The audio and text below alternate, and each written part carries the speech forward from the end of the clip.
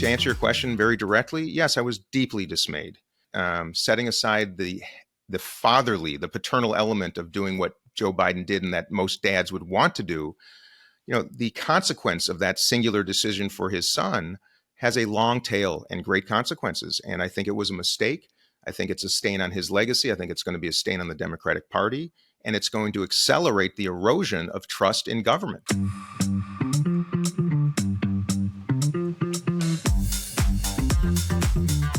Dean Phillips is a congressman, at least for a few more days.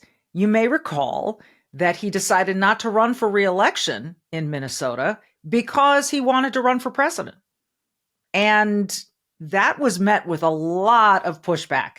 And I'm just putting it lightly. I mean, that was met with a lot of pushback. So Dean Phillips, this guy, comes out and says, look, Biden can't win. He's not fit to serve. He's not fit to run. He's not fit to be in the White House. We got to accept that. And we've got to put some other candidates up. So I'll run.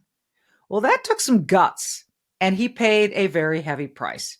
He's going to share that story with us. He's going to tell us what he's going to do and not do in the future. And we're going to talk about some very important news of the day, as you may have guessed. That's all coming up with Dean Phillips next. Congressman, thank you so much for joining us. I believe you're the first Democrat to agree to come on this podcast. So I congratulate and welcome you.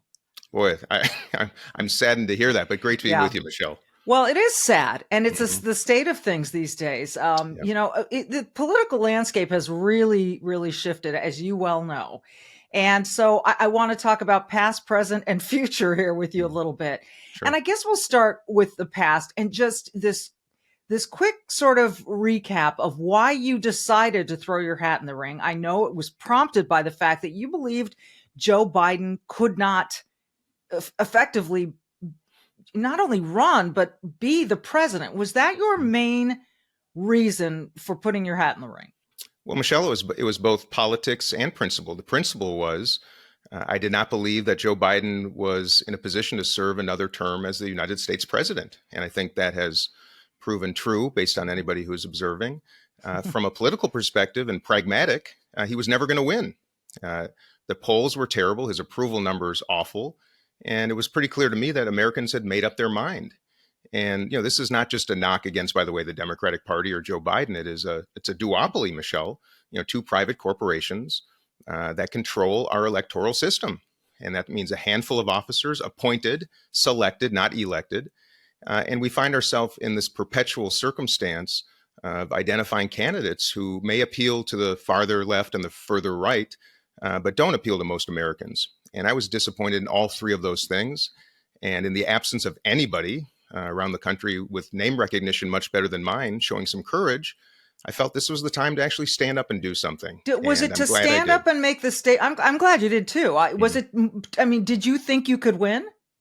Michelle, well, first of all, I don't do anything that I don't think it's possible to win. Right. There's no question. I mean, I'd be a fool to go into this thinking it was likely, especially because you have barriers to entry set up by both parties relative to ballot access, control of left and right media, as you well know. And I knew it would be difficult. I knew I'd be excoriated. I knew I'd be unpopular with my tribe, if you will. But yes, I did think that there was a path if, and this is the big if, this is the caveat, Americans went out and voted in primaries. And I think the truth is the biggest issue we're facing right now, Michelle, is not the parties. It's actually people getting out and voting in primaries. And if we're going to hand primaries over to the 5% on the left and right that are the active base of each party that don't reflect the most of Americans, we're going to continue to have this. So I did think if people got out and voted, that something could transpire. But at the end of the day, I would do it 1,000 times again. And it was more. It was a run, a mission of principle, more than it was political, because we have to participate instead of turning our blind eye to this nonsense. Well, I think when you talk about the primaries, and then you talk about the fact that Kamala Harris didn't win a single primary and was handed, what went through your mind? What was your gut reaction to her being handed the nomination? I don't care how many times she got on the phone. Yeah. She was handed the nomination. She was, and that's, sadly how things tend to work in this business, and I'm appalled by it because I believe in competition. It's the only industry, political industry, is the only one in America in which we actively prevent competition, and that is a problem. Do you not think there was competition on the right? I mean, the Republican no, I'm talking right now. No, full. Right now there was immense competition. Both, by the way, there was in 2016, there was in 2024, and Democrats had a competitive primary course in 2020, but this time around, there was an active effort to suppress competition. And to your question about Kamala Harris, I think eventually she probably would have become the nominee no matter what. But I very quickly called for a competitive process. Time was short. I had called for 4 town halls around the country in which candidates, including the vice president and others, could at least compete for the nomination, introduce themselves to delegates and to the country. And at least that would have given some sense of having earned the nomination rather than having it handed to her. Do I think that was the difference in this election? No. But do I think a competitive process would have elevated a candidate better positioned to win for Democrats? Of course, it always does. Well, you talked about you knew that there would be rough times for you, that you might be, I think you used the word excoriated by your tribe. What was, I'd really like to know, and I don't think this has gotten enough attention. What did you go through, and what was some of the worst of it? I think people should be called out. Yeah. Well, I'll tell you, Michelle, Congress, like every other organization and institution around the world, is a human enterprise. And social elements have a lot to do with it. People don't want to be dismissed, ignored, separate. And that drives a lot of unfortunate decisions in Congress. So I knew there'd be a social impact. I knew that the DNC and the Democratic apparatus would surely try to prevent platforming me. So to give you a case in point, MSNBC did not extend a single invitation to me from the day I declared my candidacy, October 27th of 2023, to this very day. I think I appeared one time the morning after the South Carolina primary, and that's despite being the ranking member of the Middle East Subcommittee on Foreign Affairs, when we have a war going on, of course, in the Middle East. So that was one example. The deplatforming in states, taking me off ballots, not having How is that legal, Congressman? Well, here's why I'm glad you asked the question, Michelle. It's because the Democratic and Republican parties are private corporations. They abide by their own rules. They're not subject to what voters want. And that's why my argument is, if the parties can't be reformed in a more transparent and open fashion, particularly as I speak about the Democratic Party, I think it's time for competition, because they are able to do what they want based on a handful of unelected appointed officers that tend to be appointed by either the president or the leader of parties. So, but what else did I expect? Mean-spiritedness. I was attacked for being a racist, for campaigning in New Hampshire instead of going to South Carolina right away. All the things that dismay and disgust so many Americans right now. For so many reasons. And that's why I should just finish, though, if I could just say, that's absolutely exactly why not a single Democrat of more prominence, better probably prepared to run a national campaign, was willing to stand up, because they knew what would happen to them. And I was the only one willing to go through that and, frankly, give up my job for something a whole lot more important. I commend you for that 1,000%, because that is the courage that is necessary these days in America in all facets, and very few people have it. And so I credit you enormously for that. And socially, I can't really imagine. Did you just get left off of party invitations and that kind of thing? You can imagine I'm not invited. Yeah, I did not attend the White House Christmas party in 2023. And, that's to be expected. And by the way, that is a social scene I can do without. But you know how things work, whether you're in high school or in the U.S. Congress. Social pressure, peer pressure, I have to tell you, is a much more remarkably powerful driver of behavior at any age than people could imagine. And in politics, anyone who aspires to climb that ladder of leadership, to stick around for decades, if you don't play by the rules, and they're pretty clear rules, if you don't play by them, the writing is on the wall. And that is what everyone is subject to. And that's why both parties need to make examples out of those who become, in their mind, disloyal or independent-minded, which ironically is what most of the country wants. It's gross. It's despicable to me. And I wish more people would point it out. I'm glad that you are. Oh, I'm going to. Let me assure you. Believe me. Well, are you going to run for another office? No, Michelle, first of all, I also want people to know I loved my time in Congress. And I can say now, with only about 2 weeks left before my term and my tenure concludes, that after 7 years between campaigning and serving in Congress, I have yet to be attacked by someone in the streets here in the 3rd District, to be condemned in a grocery store. I've been treated with kindness, respect, and decency. And the joy is in that happens from people on both sides of the aisle. A lot of my more conservative constituents, have really been remarkable. And I want people to know that this was a joyful pursuit, helping people and being in the arena and trying our best to employ some common sense in an industry that sure needs a whole lot more of it was really nice. But this element of cowardice and of just shameless pursuit of the next job and the next step is what really turned me off. And I think I've done my time. Served 3 terms. I loved it. I don't anticipate running for elected office in the future. I'm not running for governor. I'm not running for Senate. So I'll make that clear here in Minnesota. But I'm sure as heck going to take some time and contemplate how to shine light and hopefully affect some changes to our electoral system, not to benefit one party or the other, but to be more transparent, to ensure that future generations of Americans want to become public servants, Right. And ensure that we have competition for an industry that right now is a duopoly. And why we tolerate it, Michelle, I don't know. That's where I'm going to spend my time and resources. And I hope to make a difference in that way. Well, I think there's a book in this. To be honest, maybe a pamphlet right now, but maybe a book someday. Pamphlets used to be all the rage back exactly. in the Revolutionary in 1785, days. Exactly. Why not? Well, I think there's a book. Oh my gosh, the days are shorter, but my to-do list is like 5 times longer. And so what I appreciate with Factor is that I can power through all this busyness with no prep, no mess meals, from breakfast to dinner and anything in between. Factor has these, super easy, the easiest, most nutritious options to keep you fueled and feeling your best. It's, whether you like routine or you enjoy mixing things up, Factor's got you covered because they have 35 different delicious meals every week and over 60 additional convenience options you can add to your box, like keto cookies, yum, pressed juices, and smoothies. Love it.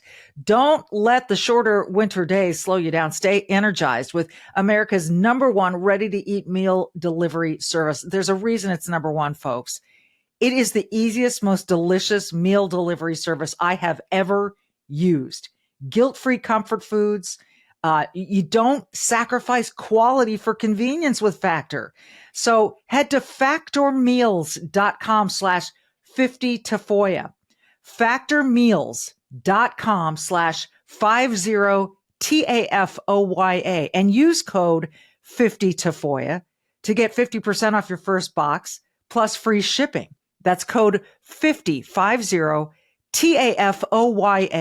at factormeals.com/50tafoya to get 50% off your first box plus free shipping while your subscription is active. You talk about this duopoly and this sort of corporate ownership of the parties. And I would tend to agree. And I've seen it here in the state of Minnesota, where you and I both reside. I can't stand the endorsement process. I wish everyone would give it a big middle finger and say, no, I'm not abiding by this endorsement. I'm going to run in the primary. And yes, we do need more people voting in the primaries. I don't know how you light that fire, but we've got to find a way. But Donald Trump is a fascinating case, Congressman, because the Republican National Committee in 2016 wanted no part of this man. The establishment wanted no part of him. They couldn't believe what they were seeing. Nobody could. And here we are with the greatest political comeback of all time. And we're seeing this, a man who does seem to appeal to all kinds of people, and so how do you explain that? Actually, quite easily. And first of all, there are only 2 ways to reform a party. One is to employ a hostile takeover, which Donald Trump did quite successfully, or to spend a lot of time, energy, and sweat and tears, frankly, to mobilize, millions of people and affect the changes from within. So I have to give him credit for doing what was heretofore believed to be impossible, which is to take on the establishment and win. And if everyone who's watching and listening will recall, drain the swamp was his first motto. Yes. And so you ask what's appealing? I mean, how can that not appeal to everybody in this country? Right. I think there's also an element that people don't talk about enough, Michelle, which is that in New York City, Donald Trump was really shunned by the elite society in New York. They shunned him from their country clubs, from their galas, from their philanthropic communities. And I think there's an element that connects Donald Trump to millions of Americans who similarly feel left out of politics, who feel left behind, unheard, condemned too often.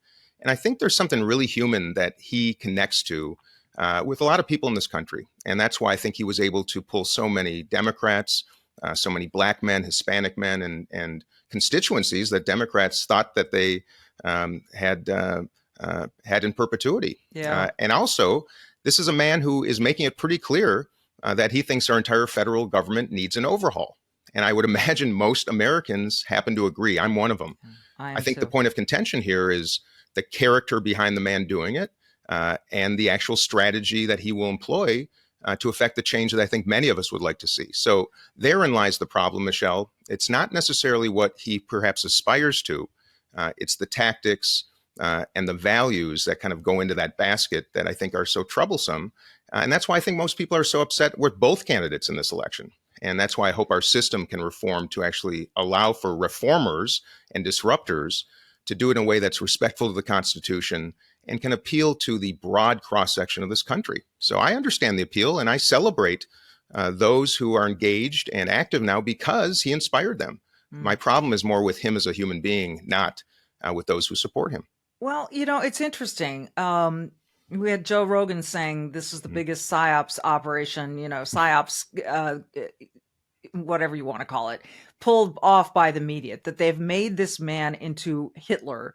And Rogan sat with him for 3 hours, didn't come away with that. A lot of people have flocked to him who don't feel that way. Yeah. What are the biggest character flaws that you observe that could affect how he conducts business in the White House? Well, I'll make this really personal because, many watching will know these names, and I'll be forthright. We are all subject to images of public people in this country, celebrities, sportscasters, politicians, and whoever is portraying them usually has an agenda, and we accept that as the truth. And I've discovered that the best way to proceed is judge people by who they are after you've spent time with them, not let the narrative take a hold before you have a chance to judge the book itself.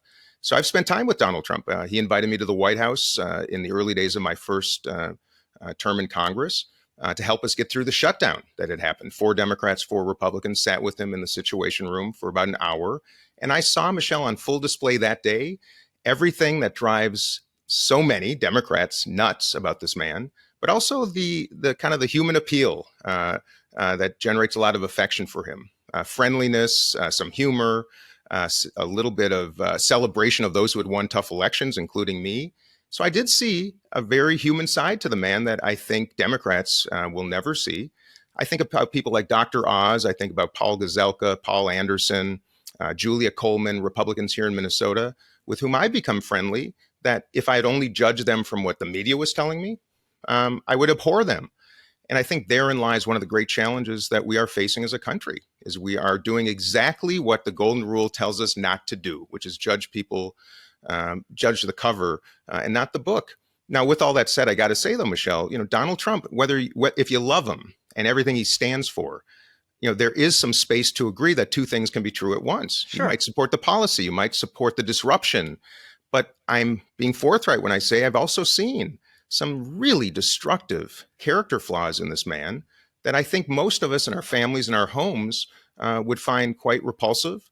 And these two things can be true at once, but it is not my nature to condemn those who might support him because I understand.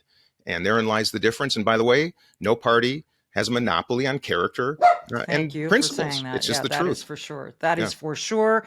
And that's what I find so frustrating about the left right now, Congressman, is this refusal to acknowledge mistakes, this refusal to acknowledge that they've been speaking down to conservatives for a long time. The name calling, the isms. If you don't agree, you're something. You're a white supremacist, a racist, as you found.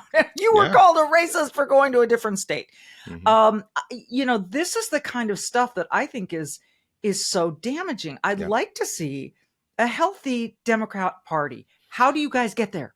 Yeah. And by the way, I've been called an anti-Semite, and I'm Jewish, for God's sake. So you can, I mean, you can imagine. And no, I can imagine it. And look, at whether it's a personal relationship, professional or political relationship, nobody wants to be talked down to and felt small. Right. And I understand that. So I want to, to acknowledge that. As for reforming a party, it's not easy. And that's why I'm so disappointed that we have maintained and enabled what is legitimately a duopoly that monopolizes our entire electoral system. I don't think it's going to be easy. Of course, the Democratic National Committee is going to be assessing candidates to become the next chair. Ken Martin, of course, one of the likely front runners. But will somebody who comes from this institutional background of being a state party chair, will they have the courage, the initiative, the fortitude to do the tough stuff, which is to remove people who are anti-pragmatic, who are those people that I think are giving Democrats a terrible name? I don't think so. And I think the Democratic Party needs a disruptor, a thoughtful disruptor that has not appeared yet. Rahm Emanuel, current ambassador to Japan, he's a tough guy, and the left is not fond of him. But he is the type of person who takes no prisoners, does what's necessary, and wants to frickin' win, which Democrats seem to care less about than projecting principles and values and condemning people. So there you have it. I think it's going to take a long time, and it's going to take Americans. Let me get to the point. It's going to take Americans who tend to vote Democratic to get out and vote in primaries and not let the far left take over city councils, state houses, and our Congress. Because I think that's dangerous, just as dangerous as if the far right was able to do the same. Right. And it's as simple as that. If people care, get out and vote in primaries, period. We will have more reasonable, common sense candidates. And I will tell you, Michele, I have loved learning conservative principles from my friends in Congress. Brian Stile, William Timmons, Dusty Johnson, so many of my friends. I've really learned from them because we get together, have a glass of whiskey, we have dinner, we respect one another. They learn from me, I learn from them. So in the case of Dusty Johnson, he helps me represent my conservative constituents better. I hope I help him represent his 3 liberal constituents in South Dakota better. But that's the whole spirit of what we're supposed to be doing. It is. And I don't see the leadership arising right now that will affect it. Why is Rahm Emanuel so detested by the left? I think because he's a winner, and he's offensive to the left sometimes because he has his ear to the ground of America and recognizes that so much of this projection that has been occurring, so much of this exclusivity, both intellectually, socially, religiously, racially, has really taken a toll. And the irony is the Democratic Party had been the big tent, the welcoming party. Having been to a MAGA rally in New Hampshire when I was campaigning for president, I have to tell you firsthand how thoughtfully and warm I was greeted by people waiting in line for the Donald Trump rally. I don't think Democrats have that ethos anymore of welcoming those. If we don't look right, say the right thing, eat the right way, pray the right way.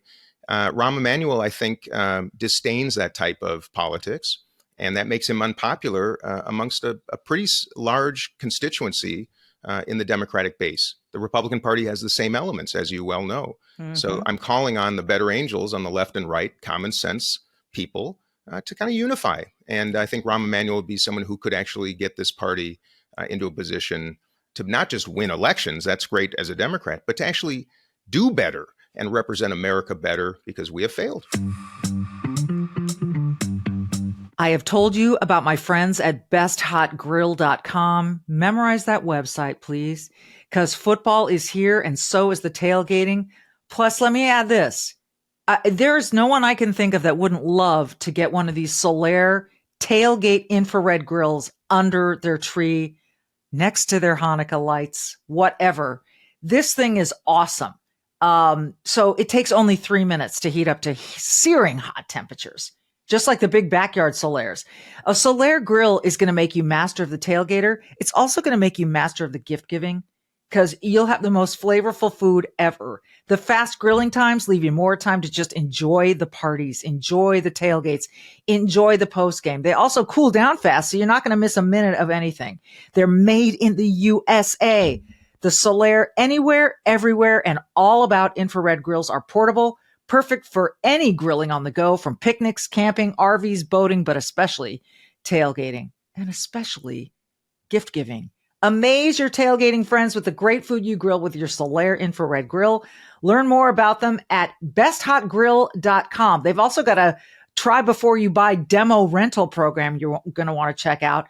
besthotgrill.com. besthotgrill.com. All one term, besthotgrill.com.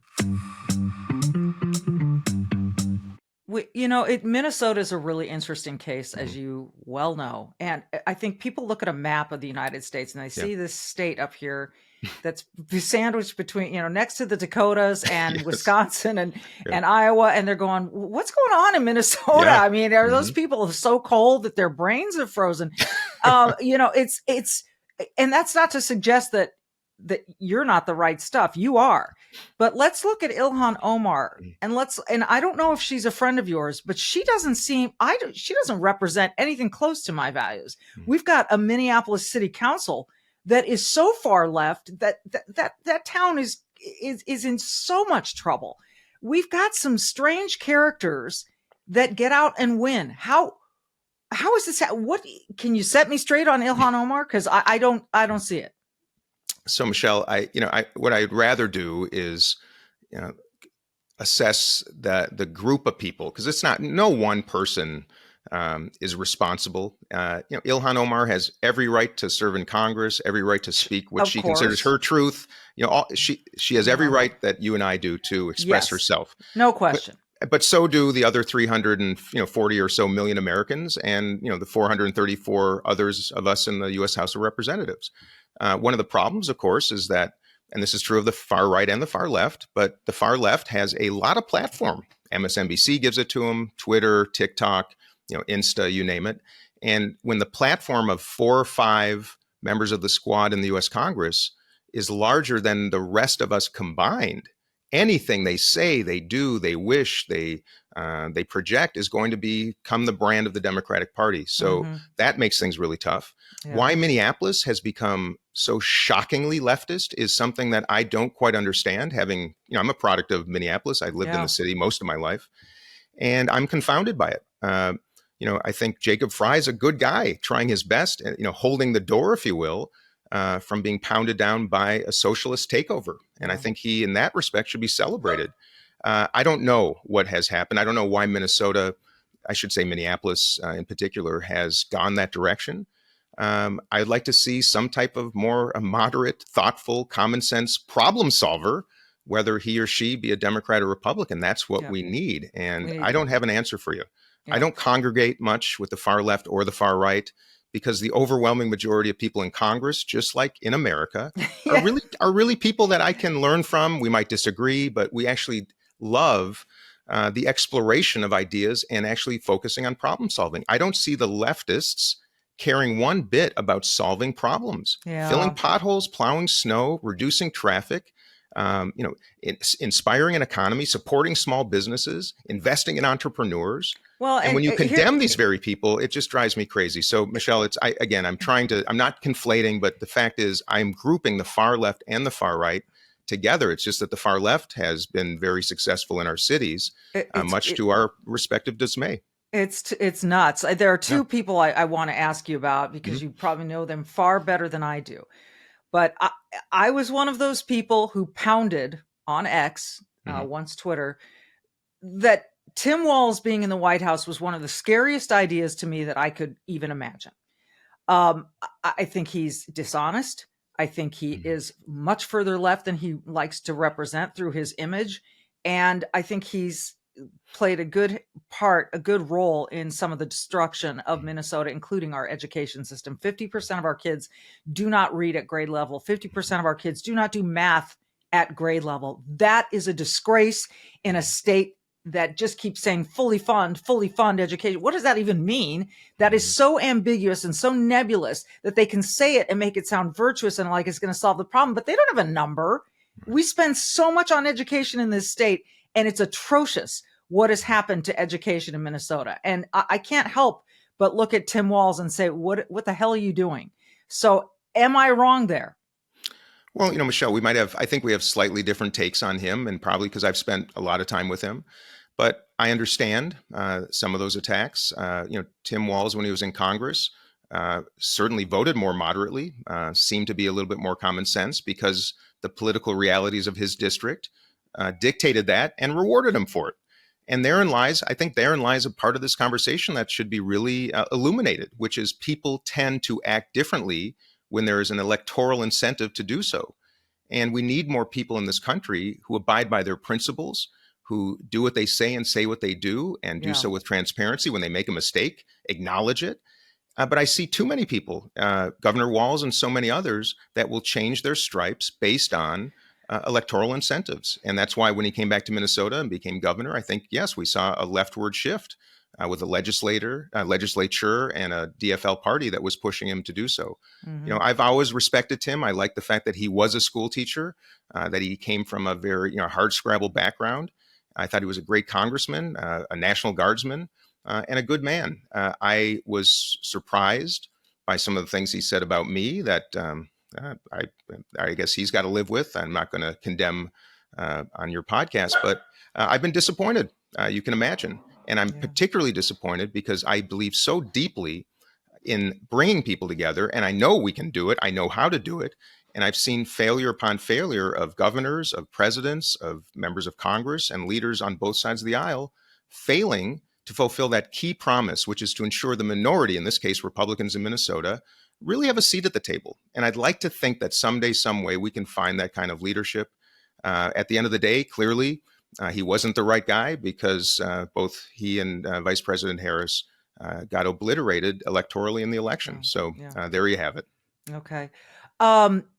We talked about your future a little bit, and you're saying you're not going to run. It makes me think of Dana White, who after this election said, I will never go near politics again. Mm-hmm. And this is what I think scares a lot of people. And I'm not suggesting that's why you're leaving, although you seem to have your feet on the ground about, it's like high school. It's a freaking popularity contest, and there's social pressure and all this nonsense that doesn't belong in leadership arenas. Mm-hmm. And so people who'd really like to run, who'd really like to serve, who really feel like they could make a difference are afraid to. Yeah. They don't want to they don't want to play in that particular sandbox, not because they don't have the courage, but because it's so distasteful. And they don't necessarily want to get in.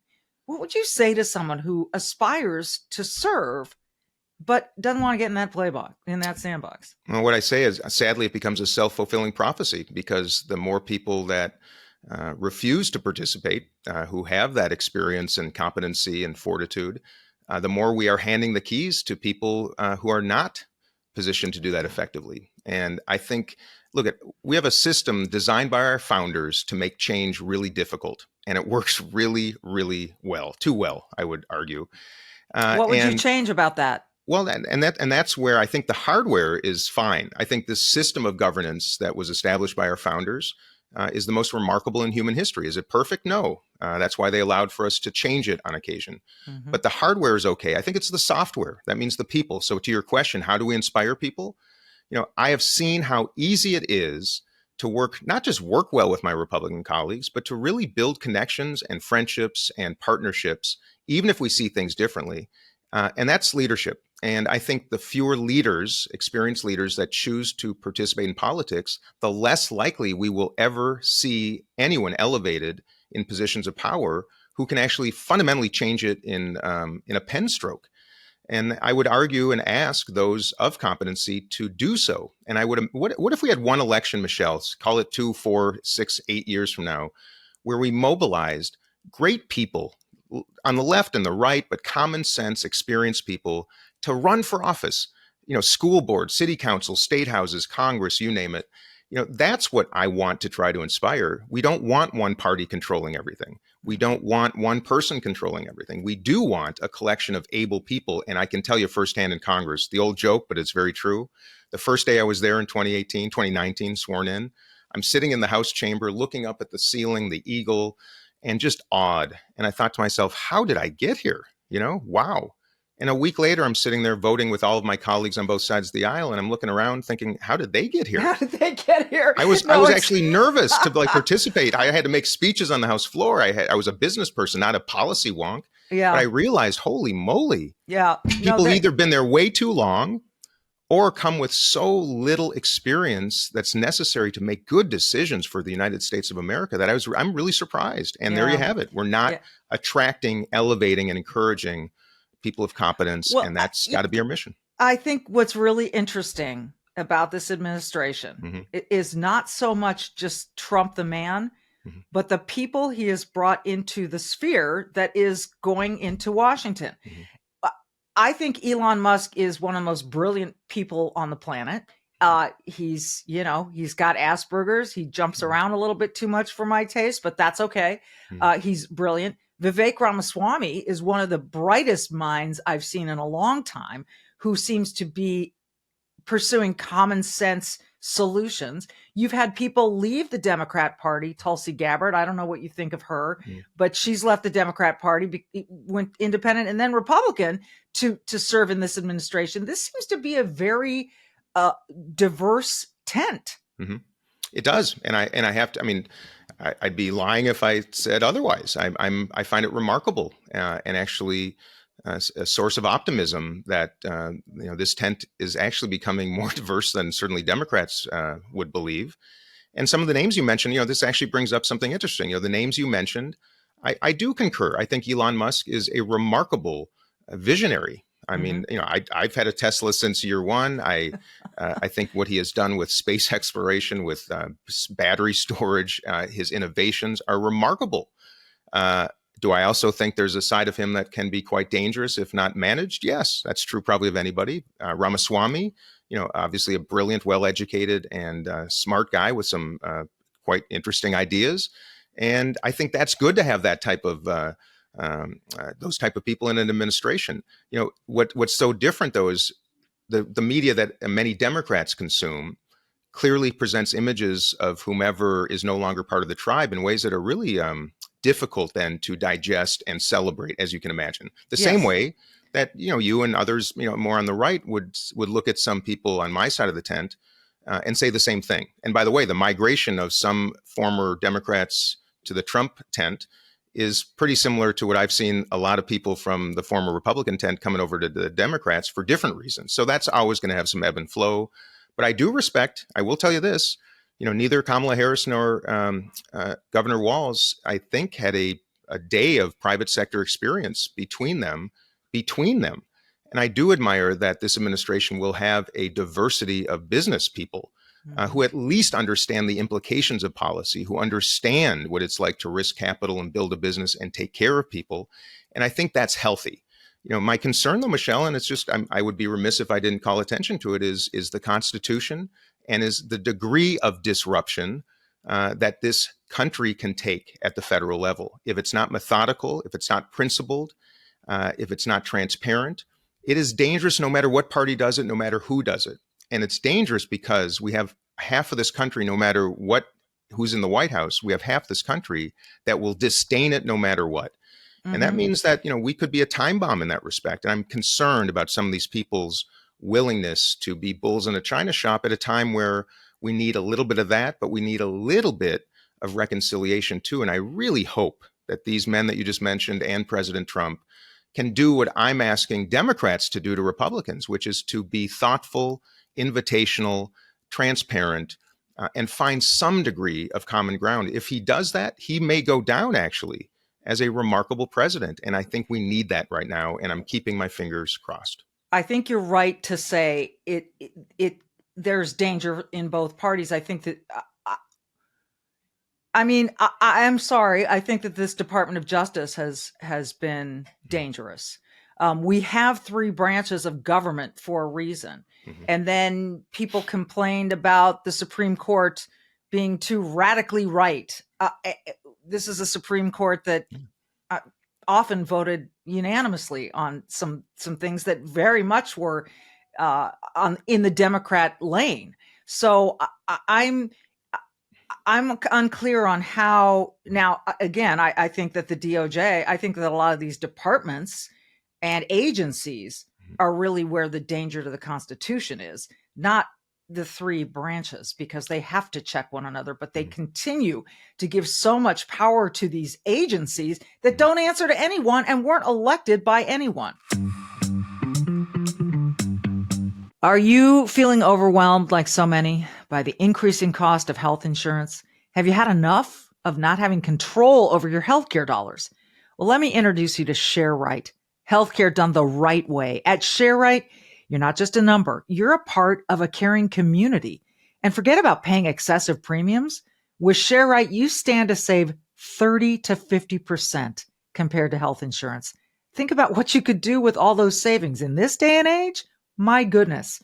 But it's more than just savings. ShareRight ensures you've got access to the care you deserve precisely when you need it, from routine checkups to unexpected emergencies. With ShareRight, your health care is their top priority. So empower yourself today by taking control of your healthcare costs. Visit shareright.org/Tafoya to learn more and see how much you can save.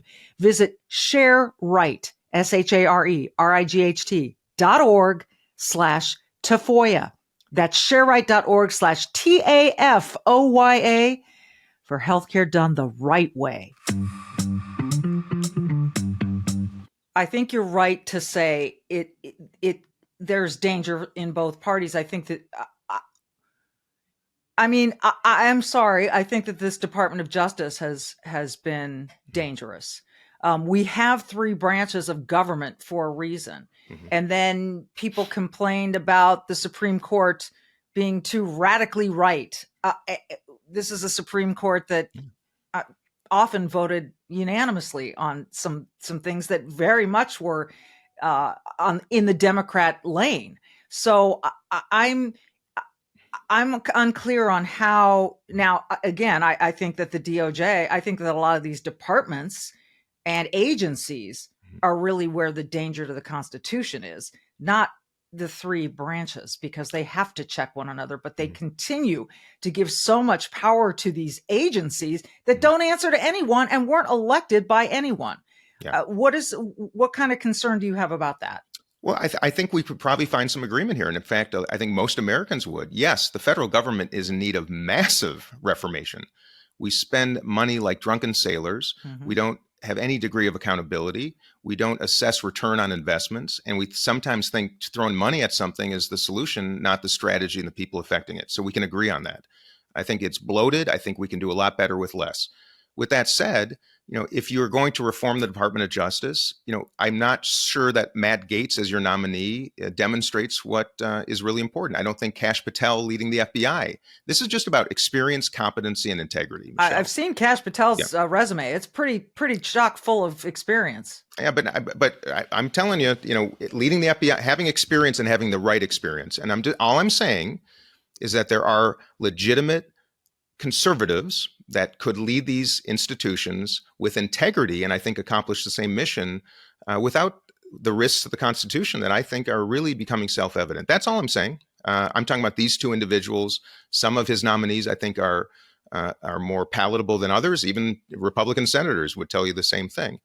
So with all that said, yes, I do think we need reformations. And yes, it takes some really hard-nosed, resolute leaders to do it.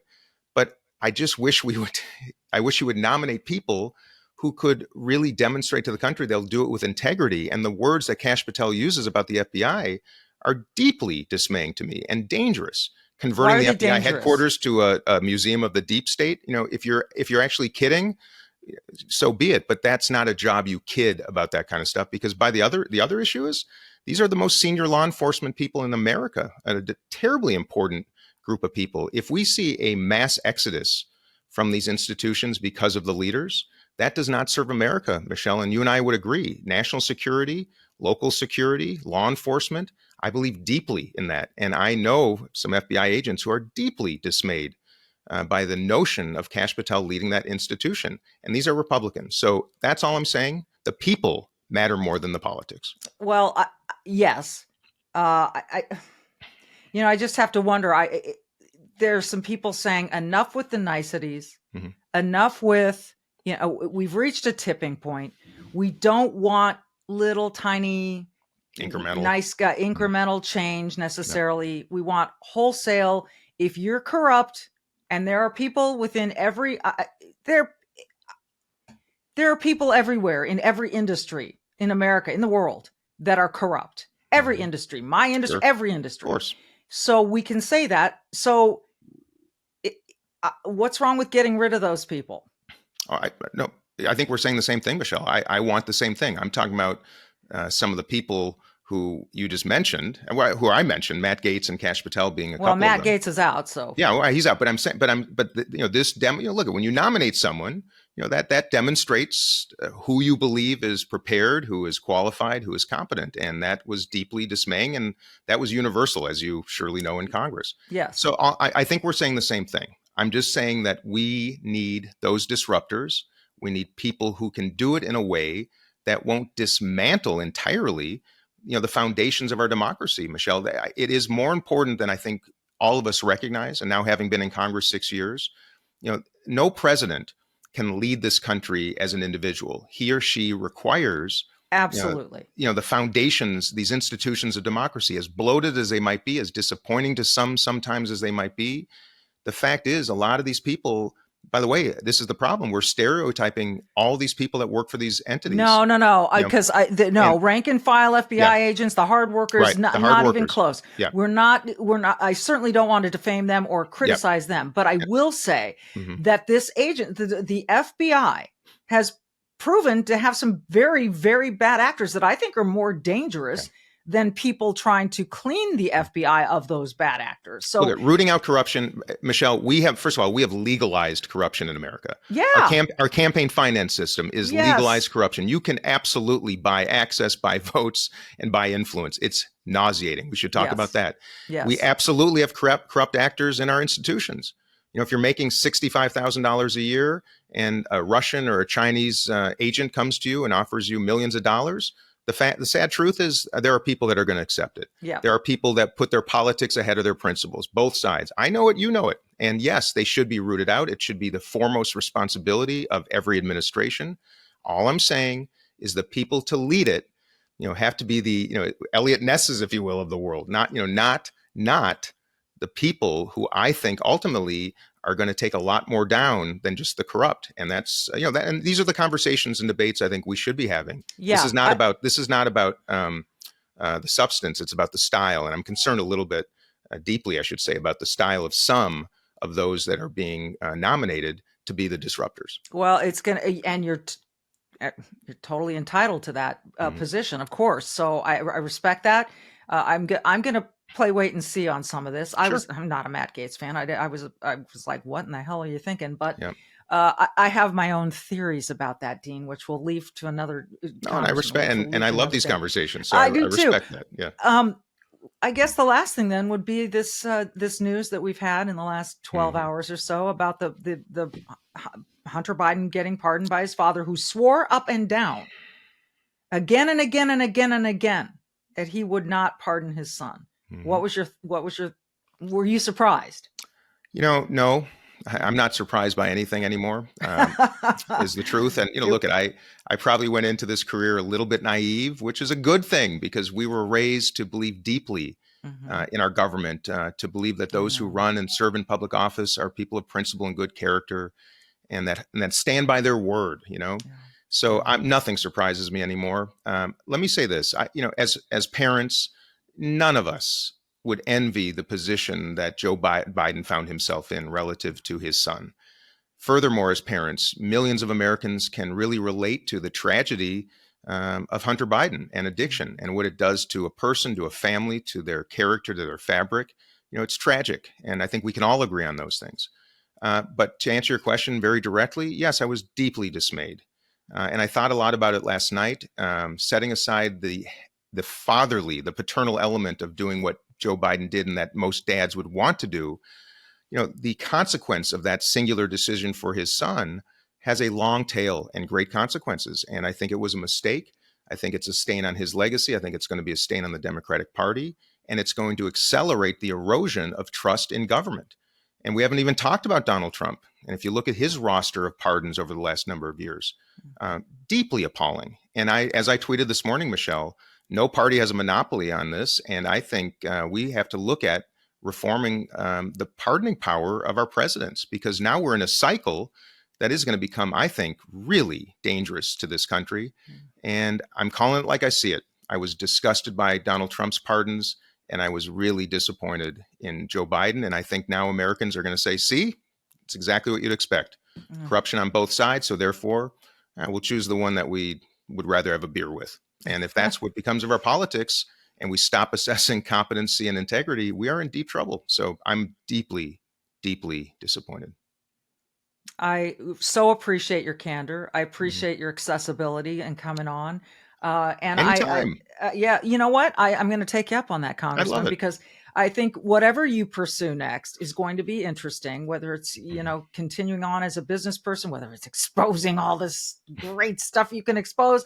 I think it's fascinating and necessary. And yeah, you're someone that I would love to continue the conversation with, because there is so much to talk about. Well, thank you. You love to model the behavior that I think so many of us would like to see, which is thoughtful deliberation. We can disagree without being disagreeable. Right. But if we're not going to do that at all, then we haven't fulfilled our responsibility. So thank you.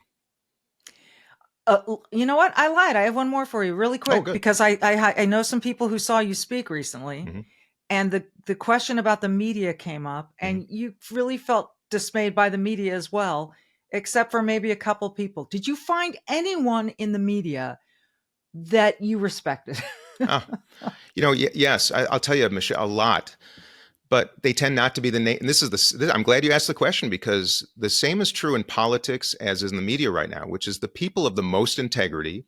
I think the people who are most of the people of good character are not the names we know, because to become well known and to generate platform, there is this perverse incentive now to be aggressive, mean-spirited, clickbait headlines and the like. And it's the same in politics as it is in media. I've seen young journalists come in bright-eyed and bushy-tailed, doing the hard work and portraying the stories that I'd love to share more of, which is Democrats, Republicans working together and actually solving some problems.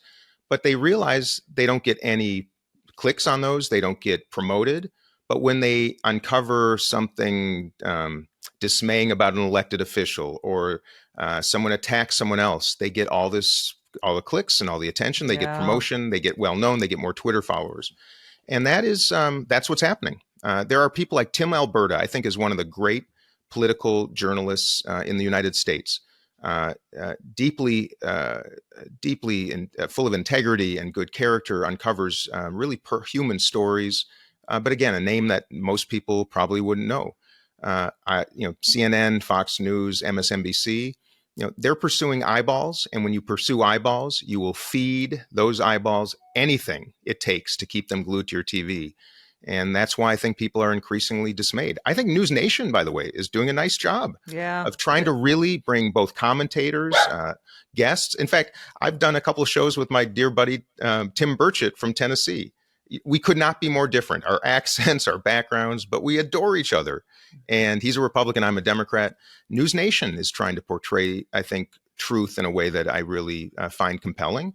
But there's not a lot of it. And now we're self-selecting, and we're kind of living in our echo chambers. And I'm saddened by that. So I'm making a real mission myself moving forward to spend more time listening to podcasters, media sources, reading articles and journals that might open my eyes. And I think everybody should be doing that on both sides of the aisle, because the truth is we're giving incentives.